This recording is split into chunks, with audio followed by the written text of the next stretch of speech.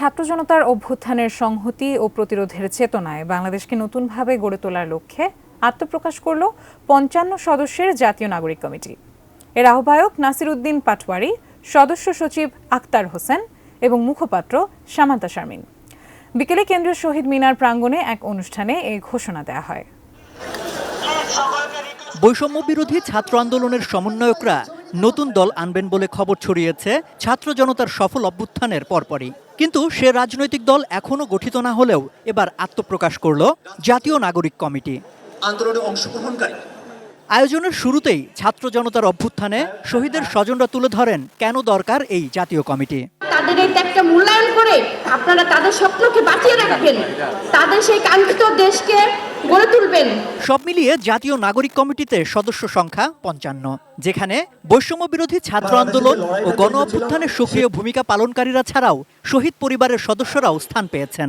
তরুণ প্রজন্ম এবং ছাত্রদের মধ্যে যে একটি ঐক্যবদ্ধ শক্তি রয়েছে, সেই ঐক্যবদ্ধ শক্তিকে নিয়ে আমাদের রাষ্ট্রের যে পুনর্গঠন রয়েছে সেটাতে আমরা আমাদের বিনিয়োগ করব।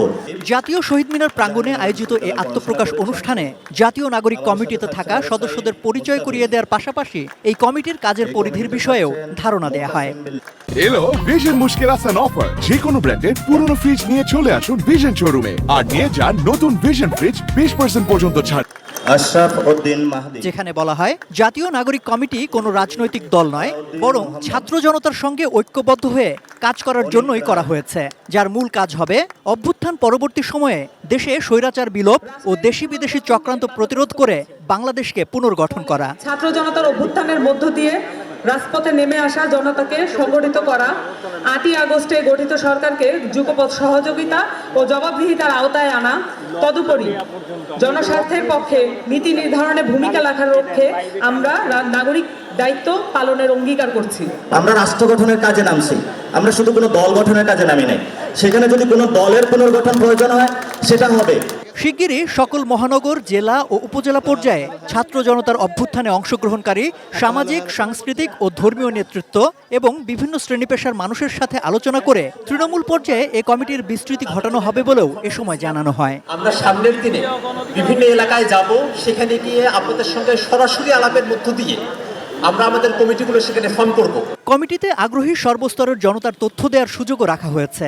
ফর্ম পূরণ করে যে কেউ জাতীয় নাগরিক কমিটিতে সমর্থন ও তথ্য দিতে পারবেন।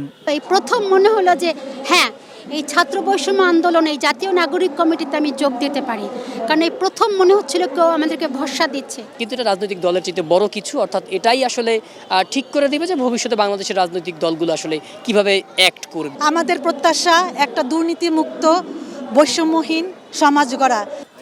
সম্রাট আনোয়ার, এটিএন নিউজ, ঢাকা।